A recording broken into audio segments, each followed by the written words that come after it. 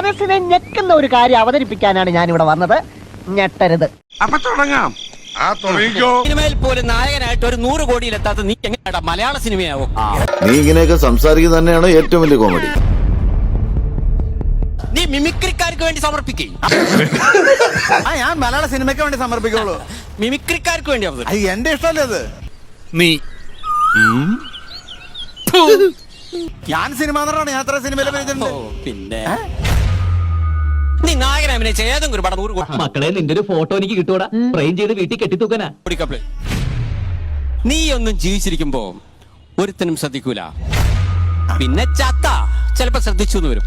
അല്ലേലും ചില ജീവികളൊക്കെ അങ്ങനാ. ഇക്കാലത്ത് ഇതുപോലുള്ള സത്യസന്ധരായ ആളുകളെ കാണാൻ വലിയ ബുദ്ധിമുട്ടാ.